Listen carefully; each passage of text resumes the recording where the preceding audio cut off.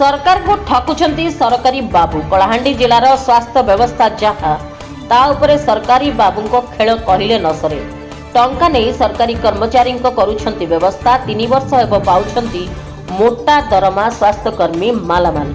विशेष सूत्र प्रकाश कलाहांडी जिलार मुख्य स्वास्थ्य कार्यालय दीर्घ 3 वर्ष हेब इलिगल भावे 30 रु 35 जन पुरुष स्वास्थ्यकर्मी मोटा दरमा पाई चली सबू जाशुणी चुप रही मुंड को तल कर पी चली क्षीर भावुंट किए देखुना हेले कहती मिछ केबे भी बेसी दिन लुचि रही पारे ना से दिने ना दिने पदाक आसो।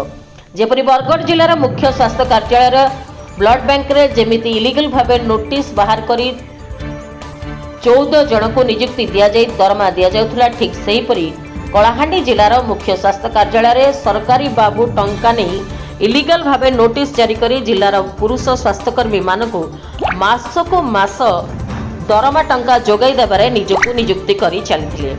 एठारे स्वास्थ्यकर्मी माने टंका देई टंका नियर कारबार चलैछंती। जड़े वरिष्ठ किराणी चंद्रध्वज तरे डिपार्टमेंट रे इलिगल प्रोसेस रे ऑर्डर बाहर करी स्वास्थ्यकर्मी मानक ठारू टंका नहीं तांकर बिजनेस चलैछंती।